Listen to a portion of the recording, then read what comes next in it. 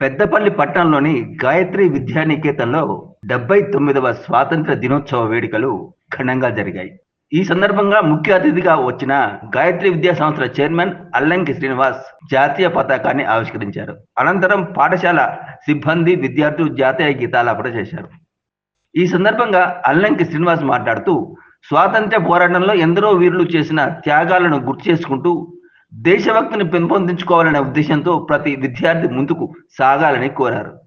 పలువురు విద్యార్థుల ఉపన్యాసాలు ఈ సందర్భంగా ఆలోచింపజేశాయి.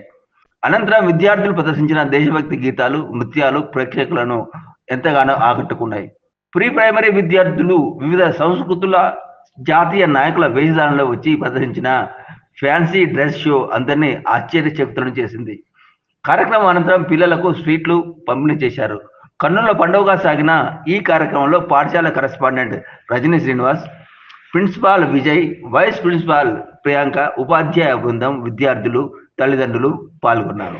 Chairman sir, Sri Allanki Srinivas sir garu and respected correspondent madam, Srimati Allanki Rajni Devi madam garu to offer a coconut and floral garland to the portrait of